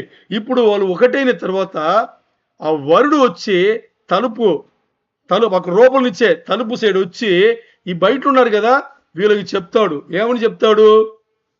పెళ్లి నిబంధన చేసుకున్నాము, ఈ పెళ్లి ఇప్పుడు మేము భార్యాభర్తలయ్యి నెరవేర్పుకు వచ్చింది అంటారు అని చెప్తాడు. ఇప్పుడు చెప్పగానే బయట నుండి విన్నారు కదా, వీళ్ళు ఇప్పుడే అరుస్తారు, భయంకరంగా అరిసి సెలబ్రేషన్. ఏమని? పెళ్లి నెరవేర్పుగా వచ్చింది అంటే పెళ్లి అయిపోయింది, ఇప్పుడే అయిపోయింది అంటే పూర్తి అయిపోయింది అని, పెళ్లి పూర్తి అయిపోయింది అని చెప్పేసి భయంకరంగా శబ్దం చేసుకుని ఏం చేస్తారంటే సెలబ్రేట్. అందరూ కూడా ఏం చేస్తారు? పండగ చేసుకుంటారు భయంకరంగా. ఎన్ని రోజులు తెలుసా? 7 రోజులు. ఎన్ని రోజులు? 7 రోజులు. 7 రోజులు అంటే వాళ్ళందరూ అక్కడే ఉంటారు, ఎక్కడ పోరు. ఎవరు? ఈ చుట్టాలంటే అందరూ వచ్చారు కదా, వీళ్ళందరూ 7 రోజులు ఉండి ఆ పెట్టే విందు అన్ని ఏం చేస్తారు. ఇప్పుడు చూసారా ఎవరి ఖర్చు ఎక్కువ అవుతుంది? నేను చెప్పింది అన్ని మీరు కొంచెం గమనిస్తే ఖర్చు ఎవరి ఎక్కువ అవుతుంది? వరుడు వైపు. అంటే ఎక్కువ కాదు, పూర్తి ఖర్చు వీళ్ళదే. ఇది పూర్తి ఖర్చు వీళ్ళదే. సో ఇప్పుడు ఇది జరిగిందా? ఓకే. ఇంకా వరుడును వధువును 7 రోజులు ఆ గది నుంచి బయటికి రారు. అది వాళ్ళ సంస్కృతి. అంటే వాళ్ళకి కావాల్సింది అన్ని లోపల సమకూరుస్తాడు. వరుడు చెప్పాడు కదా అమ్మాయికి, నేను నీకు ఉండడానికి సరైన సౌకర్యమైన ఒక స్థలం సిద్ధపరుస్తాను, అక్కడ అన్ని పెడతాడు. అన్ని పెట్టి తినడానికి బయటికి వస్తారేమో అది కూడా నాకు తెలియదు. 7 రోజులైతే ఆ గది వాళ్ళదు. ఇప్పుడు 7 రోజులు అయిపోయింది. అయిపోయిన తర్వాత ఇప్పుడు వాళ్ళు ఏం చేస్తారు? బయటకు వచ్చి బయట అందరికి ఇద్దరు కనిపిస్తారు. ఇద్దరు కనిపించి అందరికి చూపిస్తే ఇంకా ఇప్పుడు పెద్ద విందు. అర్థమైందా? ఇప్పుడు ఇంతసేపు మనం మాట్లాడింది ఏది? వివాహం గురించి మాట్లాడాము. ఏది? యూదుల సంస్కృతిని వివాహం గురించి. ఇప్పుడు ఈ వివాహం అన్ని ఇప్పుడు ఎలా జరిగిందని చెప్పాం కదా, ఇవన్నీ అయిన తర్వాత ఈ 7 రోజులు వాళ్ళు పెళ్లి నెరవేర్పు అన్ని వాళ్ళ అంటే హనీమూన్ అంటాం కదా మనం, అదేనమాట. సో అన్ని అయిన తర్వాత 7 రోజులు అయిన తర్వాత బయటికి వచ్చేటప్పుడు ఇప్పుడు పెద్ద విందు తండ్రి అరేంజ్ చేస్తాడు. వరుడుకు తండ్రి ఉన్నాడు కదా, తండ్రి అరేంజ్ చేస్తాడు. ఇక్కడ కూడా ఎవరు ఖర్చు పెడుతున్నారు? వరుడుకు తండ్రి. మామూలుగా తండ్రి అంటారేంటి? వరుడుకు తండ్రి కదా. ఇప్పుడు పెట్టి ఇది చాలా పెద్ద విందు అనమాట. అందరూ వస్తారు, అన్ని చేస్తారు. సరే, ఇప్పుడు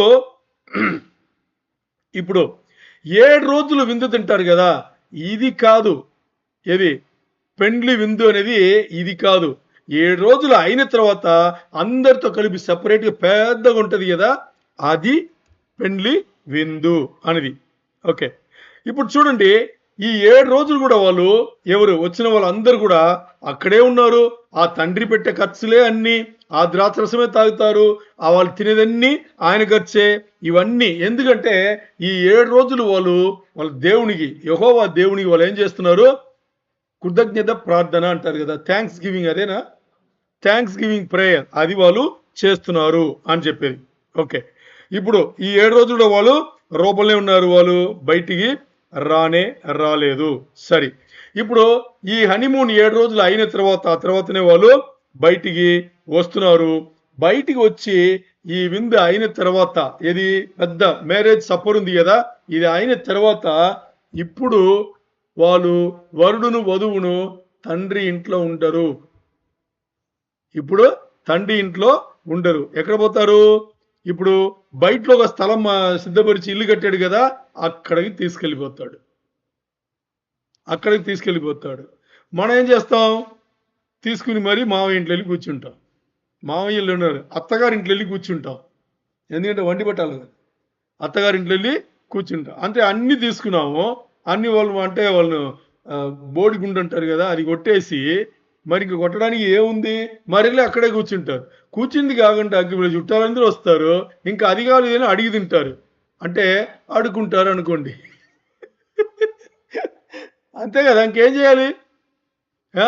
ఒరిజినల్ సంస్కృతి ఏమో ఇలాగుంది, మరి ఇక్కడేమో ఇలా జరుగుతుంది. సరే, ఇప్పుడు వాళ్ళ సంస్కృతిలో ఎలాగుంది అని మనం చూసుకున్నాం. అయిపోయిందా? ఓకే. ఇప్పుడు ఇది గొర్రెపిల్ల వివాహంకు ఎలా మనం పోల్చుకుంటాం? ఇంతవరకు నేను మాట్లాడాను. ఇప్పుడు ఎవరు మాట్లాడాలి?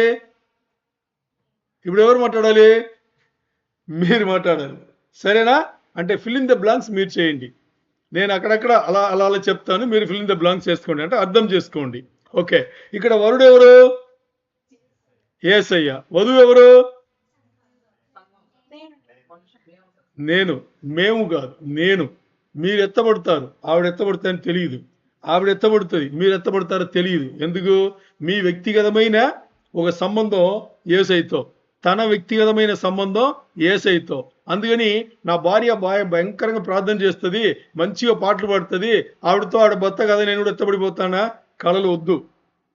ఎవరికి వాళ్ళకే దేవుడు, అది అర్థం చేసుకోండి. యేసయ్య ఎవరికి వాళ్ళకి దేవుడు. అంటే మీరు యేసయ్యతో ఎలాంటి సంబంధం కలిగి ఉన్నారు? సత్సంబంధం కలిగి ఉన్నారా? వాక్యానుసారమైన జీవితం జీవిస్తున్నారా? వాక్యానుసారమైన జీవితం అంటే ఏంటి చెప్పండి? వాక్యానుసారమైన జీవితం ఏంటి? చాలా మంది ఏమనుకుంటారు తెలుసా? గ్రంథంలో అన్ని వాక్యాలు ఉన్నాయి కదా, దాని ప్రకారం జీవించాలి. తప్పు. వాక్యం అంటే ఎవరు? వాక్యానుసారమైన జీవితం అంటే యేసయ్యను పోలిన జీవితం. అది చాలా చాలా ఇంపార్టెంట్. సరే, ఇప్పుడు ఎఫీసీలకు రాసిన పత్రిక తీయొద్దు. ఎఫీసీలకు రాసిన పత్రిక 5వ అధ్యాయంలో పౌలు పెళ్లి సంబంధించి బాగా రాసి ఉంటాడు. ఏమని రాసి ఉంటాడు? పురుషులారా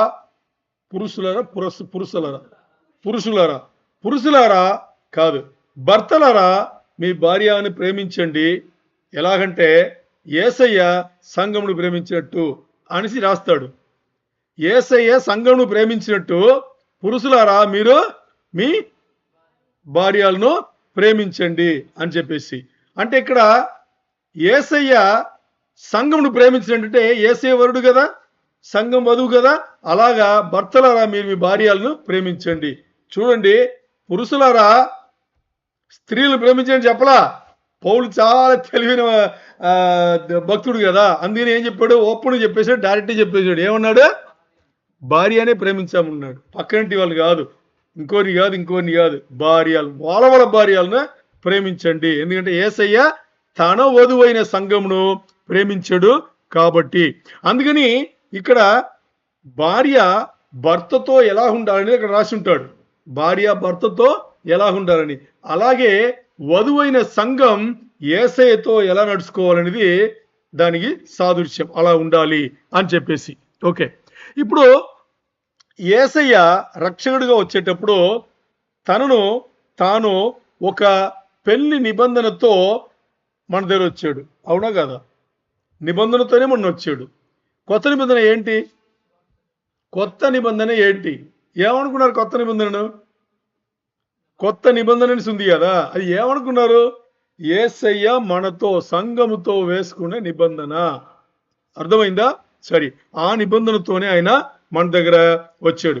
వచ్చి ఆ నిబంధనలో ఏం పెట్టుకున్నాడు? యేసయ్య నిబంధనలో ఏం పెట్టుకున్నాడు? ఆ నిబంధనలో ఒక మొత్తం నేను, అంటే పెద్ద మొత్తం ఒకటి నేను నా వధువు కోసం ఇస్తానన్నాడు. ఇస్తాడా ఇలేదా? ఇచ్చాడా ఇలేదా? ఏమిచ్చాడు?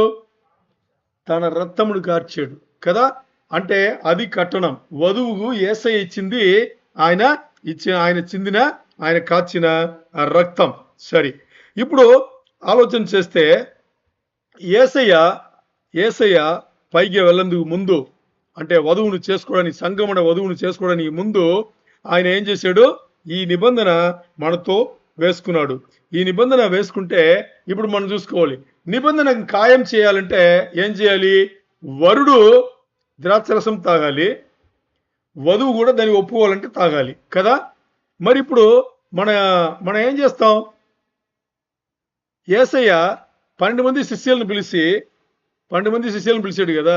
శిష్యులను పిలిచి ఏం చేశాడు? The lord supper. The lord supper. 12 మంది శిష్యులను పిలిచి ఏం చేశాడు? రొట్టెనిచ్చాడా? ద్రాక్షరసం ఇచ్చాడా? ఇది నా రక్తము వలనైనా కొత్త నిబంధన చెప్పాడా లేదా? ఇది రక్తం కాచేటప్పుడు ఇది ద్రాక్షరసం ఇచ్చి ఇది నా రక్తము వలనైనా కొత్త నిబంధన అని చెప్పి ఇచ్చాడు కదా. నిబంధన వేసుకున్నాడు. ఆ నిబంధనలో ఆయన ఇచ్చిన కట్టనం ఏంటి? ఆయన రక్తం. అంతే కదా, ఆయన రక్తం. అది చేసిన తర్వాతనే ఆయన ఏం చేశాడు? సిలువకి వెళ్ళాడు. ఆ నిబంధన చేసుకుని ఆ తర్వాత ఏం చేశాడు? సిలువకి వెళ్ళాడు. లూకా 22:20. ఇప్పుడు బైబిల్ తీయండి. లూకా 22:20 తీయండి, చదవండి. ఎక్కడెక్కడ చదవండి. లూకా 22:20.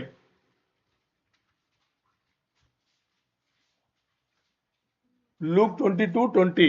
లూకా సువార్త 22:20. త్వరగా. ఆ ప్రకారమే భోజనమైన భోజనమైన తర్వాత ఆయన గిన్నె పట్టుకుని ఈ గిన్నె మీ కొరకు చిందించబడుతున్న నా రక్తము మీ కొరకు చిందించబడిన నా రక్తము వలనైన కొత్త నిబంధన. నా రక్తము వలనైన కొత్త నిబంధన. అంతే. అర్థమైందా మీకు ఇప్పుడు? ఎందుకంటే యేసే ముందే మనకు చెప్పాడు. ఏం చెప్పాడు? మీ పాపముల కొరకు నేను రక్తం కాస్తాను, ప్రాణం ఇస్తాను, రక్తం కాస్తాను అనేసి చెప్పారు. అదే యేసయ్య అంటే వరుడు వధువుకి ఇచ్చిన కట్టనం. ఓకే. ఇప్పుడు అలాగే ఆయన ఏం చేశాడు? ఇప్పుడు మనం పరిశుద్ధ బలలో చూసుకుంటాం కదా. ఏం చేస్తున్నాం? వారం ఎప్పుడు చేసినా మనం ఏం చేస్తున్నాం? ఆయన శరీరంలోనూ ఆయన రక్తంలోనూ. ఎందుకంటే ఆయన మనకిచ్చిన క్రయధనం, ఆయన శరీరం, ఆయన రక్తం, అది మనం ఎప్పుడు కూడా తీసుకునే ఉంటున్నాము. అది ఆయన మనకిచ్చిన కట్టనం. ఓకే. ఇచ్చేసి అయిన తర్వాత ఇవన్నీ అయిన తర్వాత అంటే ఆరోహణమై వెళ్ళే ముందు పునరుద్ధరణయ్యాడు. ఆ తర్వాత కనిపించాడు. ఆరోహణమని వెళ్ళేందుకు ముందు ఆయన ఏం చెప్పేసి వెళ్ళాడు? నేను తండ్రి దగ్గర వెళ్ళి మీకోసం నేను స్థలం సిద్ధపరిచేసి వస్తాను అని చెప్పాడా లేదా? ఓకే. ఇప్పుడు ముందు జరిగిన కథని మీకు గుర్తుంది కదా మనం మాట్లాడింది. చూసారా? యూదా సంస్కృతిని యేసే చేసిందని ఏమైనా తేడా ఉందా? పూర్తిగా దానే పాటించాడు ఆయన. ఎందుకు అంటే చాలా మందికి అర్థం కాదు ఎందుకు దాన్ని పాటించాలి అని. ఎందుకు ఆయన పాటించాడంటే ధర్మశాస్త్రంను కొట్టివేయడానికి ఆయన రాలేదు, ధర్మశాస్త్రం నెరవేర్చడానికి వచ్చాడు. అందుకని ధర్మశాస్త్రం దేవుడు ఏం చెప్పి ఏమి ఇచ్చాడో యూదులకు, ఇశ్రాయేల్ జనాలకు, దాన్ని అలాగే ఏం చేశాడు ఆయన చేసిన పని. ఆయన వరుడుగా ఉండి వధువుగా అన్ని దాని ప్రకారమే కరెక్ట్గా చేసుకుని ఆయన వెళ్ళాడు. సరే, ఇప్పుడు స్థలం సిద్ధపరచడానికి ఆయన వెళ్ళాడు. యేసయ్య అదే పని చేశాడు. అక్కడ స్థలం సిద్ధపరిచాడు. ఎలా ఉంది చూద్దామా? యోహాను సువార్త 14:2-3 చదవండి. యోహాను సువార్త John gospel 14th chapter 2 and 3. యోహాను సువార్త 14:2-3 త్వరగా. నా తండ్రి ఇంట అనేక నివాసములు కలవు, లేని ఎడల నీతో చెప్పుదును. మీకు స్థలం సిద్ధపరచ వెళుతున్నాను. నేను వెళ్ళి మీకు స్థలము సిద్ధపరిచిన ఎడల నేనుండు స్థలములో మీరును ఉండులాగున మరలా వచ్చి నా యొద్ద ఉండుటకు మిమ్మల్ని తీసుకొని పోవుదును. అర్థమైందా మీకు? ఇప్పుడు అన్ని అలా కలిసి వచ్చిందా? సరే, ఇప్పుడు ఈ వచనం ప్రకారం ఆయన తండ్రి దగ్గర అనేక నివాస స్థలములు ఆల్రెడీ ఉన్నాయి. నేను మరలా వచ్చి మిమ్మల్ని ఏం చేస్తా? నేను తండ్రి వద్దకు నేను తీసుకెళ్తాను, తండ్రి ఇంటికి నేను తీసుకెళ్తాను అని చెప్పేసి ఇక్కడ రాయబడింది. మరి ఇక్కడ చూస్తే చూడండి, తండ్రి ఇంట్లో మనం ముందు చూసుకున్నాం కదా. తండ్రి ఇంట్లో పెళ్ళయ్యి వరుడు వెళ్ళి వధువును తన మనుషులతో తీసుకెళ్ళి వచ్చేటప్పుడు 7 రోజులు ఎక్కడ ఉంటారు? తండ్రి ఇంట్లో ఉండో గదిలో ఉంటారు కదా. 7 రోజులు ఉన్న తర్వాత ఆ తర్వాత ఏం చేస్తారు? 7 రోజులు అయిన తర్వాత అక్కడ పెండ్లి విందు కదా, పెండ్లి విందు. ఇప్పుడు ఇక్కడ చూడండి, ఇది ఎంత మంచి ఒక పిక్చర్ అంటే యేసయ్య మధ్యాకాశంకి వస్తాడు కదా. ఎప్పుడు? 7 ఏండ్ల శ్రమల కాలముగా ముందు. ఓకే, 7 ఏండ్ల శ్రమల కాలముకు ముందు యేసయ్య మధ్యాకాశంకి వచ్చి తన వధువుని తీసుకెళ్తున్నాడు కదా. తీసుకెళ్ళి ఎక్కడికి వెళ్తున్నాడు? పరలోకముకు వెళ్తున్నాడు. ఎక్కడికి వెళ్తున్నాడు? తండ్రి యుద్ధకు వెళ్తున్నాడు. సరే, ఇప్పుడు ఈ 7 రోజుల నుంచి మాట్లాడుతున్నాం కదా. ఏది? యూదా సంస్కృతి ప్రకారం వరుడు వధువుని తీసుకెళ్లి తండ్రి ఇంటికి ఆ గదిలో 7 రోజులు అంటున్నాం కదా. ఇక్కడ 7 రోజులని ఒరిజినల్ భాషలో చెప్పబడలా, 7 అనిసి ఉంది అంతే. అది 7 రోజులు అవ్వచ్చు, 7 రోజులు అవ్వచ్చు, 7 వారాలు అవ్వచ్చు, 7 నెలలు అవ్వచ్చు, 7 సంవత్సరములు అవ్వచ్చు. ఎందుకంటే మూల భాషలో 7 అని రాయబడింది కానీ రోజులు సంవత్సరంలో ఏం రాయబడలా. మరి 7 అని రాయబడింది అంతే. సరేనా? మరి ఇక్కడ చూస్తే యేసయ్య వచ్చాడు మధ్యాకాశంలో మనను వధువును ఎత్తబడే గుంపు ఏదైతే ఉన్నారో వాళ్ళందరినీ వధువుగా తీసుకెళ్లి తండ్రి వద్దకు వెళ్ళిపోయిన తర్వాత శ్రమల కాలం మొదలైందా లేదా? మొదలైంది. ఎన్ని సంవత్సరాలు చూసారా? 7 సంవత్సరములు ఈ శ్రమల కాలంలో ఈ లోకం వెళ్తుంటే వరుడైన యేసయ్య వధువును 7 సంవత్సరములు అంటే హనీమూన్ పీరియడ్, వధువుకు సంఘముకు పరలోకంలో హనీమూన్ పీరియడ్ 7 సంవత్సరములు యేసయ్య అక్కడ తండ్రి ఇంట్లో సంఘ సభ్యులందరినీ వధువుగా అక్కడ పెట్టి చూస్తాడు. అర్థమైందా మీకు? అర్థమైందా లేదా? లెక్కలు సరి అవుతుందా లేదా? అది ఓకే. ఇప్పుడు ఆలోచన చేస్తే ఈ 7 సంవత్సరములు అయిన తర్వాత అక్కడ పెండ్లి విందు ఉంటుంది కదా. ఇక్కడ ఉంది కదా వాళ్ళకు ఈ పెళ్లి విందులాగా ఈ 7 సంవత్సరములు అక్కడ అయిన తర్వాత అక్కడ పెళ్లి విందు ఉంటుంది. పెళ్లి విందు అయిన తర్వాత ఏం జరగాలి? పెళ్లి విందు అయిపోయింది అక్కడ. 7 సంవత్సరములు 7 ఏళ్ల శ్రమల కాలం లోకముకు మనకి 7 సంవత్సరములు అక్కడ దేవుడితో మనకి ఏంటి హనీమూన్ పీరియడ్. మనకి అంటే యేసయ్యతో మనం అక్కడ ఉంటున్నాం. ఇప్పుడు ఈ 7 ఏండ్లు అయిన తర్వాత అంటే ఈ హనీమూన్ పీరియడ్ 7 ఏండ్లు అక్కడ మనకు అయిన తర్వాత విందు ఉంది కదా, పెండ్లి విందు. ఈ పెండ్లి విందు అక్కడ అవుతుంది. అయిన తర్వాత ఏంటి? యూదా సంస్కృతిలో ఏం తెలుసుకున్నాం? వేరే ఇంటికి వెళ్ళిపోవాలి. ఇప్పుడు యేసయ్య అక్కడి నుంచి మనతో బయలుదేరి 7 ఏళ్ల శ్రమల కాలం పూర్తయింది కదా. పెండ్లి విందు అవ్వగానే మనందరినీ తీసుకుని ఎక్కడ వస్తాడు? ఈ లోకముకు వస్తాడు. అర్థమైందా? ఈ లోకముకు వస్తాడు. ఈ లోకముకు వచ్చి ఏం చేస్తాడు? మనతో వస్తాడు. 1000 సంవత్సరములు మన నివాస స్థలం ఏది? 1000 సంవత్సరములు మన నివాస స్థలం ఏది? భూమి. ఇక్కడే ఆయనతో ఏలుబడి. ఇప్పుడు ప్రకటన 19, 7, 8, 9 3 చదవండి. అప్పుడు గొప్ప జనసమూహపు శబ్దమును, చదవండి, విస్తారమైన జలముల శబ్దమును, బలమైన ఉరుముల శబ్దమును పోలిన ఒక స్వరము సర్వాధికారియు ప్రభువునగు మన దేవుడు ఏలుచున్నాడు, ఆయనను స్తుతించుడి, గొర్రెపిల్ల వివాహోత్సవ సమయము వచ్చినది. ఆయన గొర్రెపిల్ల వివాహ సమయము వచ్చినది అని చదివాం కదా. ఓకే, ఇప్పుడు ఆలోచన చేయండి. మనం ప్రెసెంట్ టెన్స్ నుంచి మాట్లాడాం, అంటే ప్రెసెంట్ పర్ఫెక్ట్ టెన్స్ నుంచి మాట్లాడాం కదా. Present perfect tense has come అని ఉండాలని చెప్పాం కదా. ఓకే, ఇప్పుడు వచ్చినది అని చెప్పిన దానికి 7 ఏండ్ల శ్రమల కాలం ముందు సంఘం ఎత్తబడిందా లేదా? 7 ఏండ్ల శ్రమల కాలం ముందు దాని పెళ్లి జరిగింది ఎప్పుడు? నిబంధన వేసుకునింది ఎప్పుడు? మన ఈ లోకంలో ఉండేటప్పుడే యేసయ్య వచ్చి నిబంధన వేసుకున్నాడు. అంటే కొంచెం ముందే మొదలైంది. మరి ఇప్పుడు ఎత్తబడి పైన ఉంటే జరుగుతుందా లేదా? మరి 7 ఏండ్లు అయిపోతే పూర్తి అవుతుందా లేదా? అందుకనే హ్యాస్ కమ్ వేశారు. 7వ వచనంలో హ్యాస్ కమ్ అని చెప్పడానికి, అంటే వచ్చినది అని చెప్పడానికి ముందే మొదలైంది. ఎప్పుడు? 7 ఏండ్ల శ్రమల కాలము ముందే పెళ్లి అయిపోయింది. ఇది యేసయ్య మనతో వేసుకునే మ్యారేజ్ కోవెనెంట్ ఉంది కదా, అది అయిపోయింది. మరి 7 ఏండ్ల శ్రమల కాలం లోకం ఉండేటప్పుడు మనం ఆయనతో ఉన్నాం. మరి 7 ఏండ్ల శ్రమల కాలం అయిన తర్వాత పెండ్లి విందు, ఆ తర్వాతనే ఇక్కడికి మనం వస్తున్నాం. తర్వాత 8 మరియు ఉమ్, ఆమె ధరించుకొనుటకు ఉమ్, ప్రకాశములను ఉమ్, నిర్మలములునైన ఉమ్. సన్నపు నార బట్టలు ఆమెకి ఇయ్యబడెను. ఇయ్యబడెను. అవి అవి పరిశుద్ధుల నీతి క్రియలు. పరిశుద్ధుల నీతి క్రియలు. ఇంకా 9. మరియు మరియు అతడు నాతో ఇలాగు చెప్పెను, అతను నాతో ఇలాగ చెప్పిను, గొర్రెపిల్ల పెండ్ల విందుకు గొర్రెపిల్ల పెళ్లి విందుకు పిలువబడిన వారు ధన్యులని వ్రాయుము. పిలువబడిన వారు ధన్యులని రాయిము. మరియు మరియు ఈ మాటలు ఈ మాటలు దేవుని యథార్థమైన మాటలని నాతో చెప్పాను. దేవుని యథార్థమైన మాటలని నాతో చెప్పాను.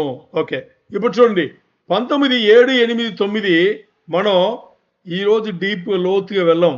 ఎందుకంటే ఈరోజు మనం మాట్లాడిన అంశం గొర్రెపిల్ల యొక్క వివాహోత్సవం. అదే కదా ఇప్పుడు డీటెయిల్ మాట్లాడుకున్నాం. ఇస్రాయేలు యూదా సంస్కృతులు అంటే అది మాట్లాడుకున్నాం. మరి ఇప్పుడు పెండ్లి విందు అని మాట్లాడుతున్నారు కదా, ఇది వేరు. సరే, ఇప్పుడు మనం ఈ పెండ్లి విందు గురించి మనం ఈ 7, 8, 9 ఈ 3 వచనాల గురించి వచ్చే వారం కొంచెం లోతుగా వెళ్తాం. వచ్చే మన ఆదివారం ఇంకొంచెం మనం లోతుగా మనం వెళ్తాం. ఎందుకంటే ఈ 7, 8, 9లో పెండ్లి విందు గురించి కొంచెం లోతుగా ఉంటది. వధువు ఎలా సిద్ధపడింది ఇవన్నీ కూడా, అంటే తనతో ఉండడానికి ఎలా సిద్ధపడింది ఇవన్నీ కూడా మనకి ఇంకా చాలా లోతుగా మనకు వెళ్తాయి. ఎందుకంటే 7 ఏండ్లు ఈ హనీమూన్ పీరియడ్ అయిన తర్వాత ఆ తర్వాత పెండ్లి విందు. ఈ పెండ్లి విందు అయిన తర్వాత వరుడు వధువు ఇద్దరు కూడా ఏం చేస్తారు, అక్కడి నుంచి బయటికి వచ్చి వాళ్ళ సొంత ఇంటికి వెళ్ళిపోతారు కదా. సో వాళ్ళ సొంత ఇంటికి వెళ్ళే దాని యేసయ్య తన బిడ్డలతో, విశ్వాస బిడ్డలతో పరలోకం నుంచి ఇక్కడ ఈ లోకముకు దిగి వచ్చి ఒక 1000 సంవత్సరంలో ఆయన ఏం చేస్తారు, 1000 ఏండ్లు ఈ లోకంను ఏలుబడి చేయడానికి మనతోనే ఆయన వస్తారు. ఎందుకంటే దాని ముందు 7 సంవత్సరాల ముందే ఎత్తబడే గుంపులో మనం వెళ్ళిపోయాం కదా. సో సంఘ సభ్యులతో, అంటే విశ్వాస బిడ్డలతో, నీతో నాతో మన అందరితో ఆయన దిగి ఈ భూమికే వస్తాడు. ఈ భూమికి వచ్చి ఈ భూమిని ఏలబోతున్నాడు. ఇదే భూమిని ఆయన ఏలబోతున్నాడు. అర్థమైందా మీకు? సరే, ఇప్పుడు 7, 8, 9 గురించి కొంచెం లోతుగా వచ్చే వారం వెళ్తాం. ఆ తర్వాత ఉండే వచనం కూడా మనం చూసుకుంటాం వచ్చే వారం. అర్థమైందా? దేవునికే మహిమ కలుగును గాక.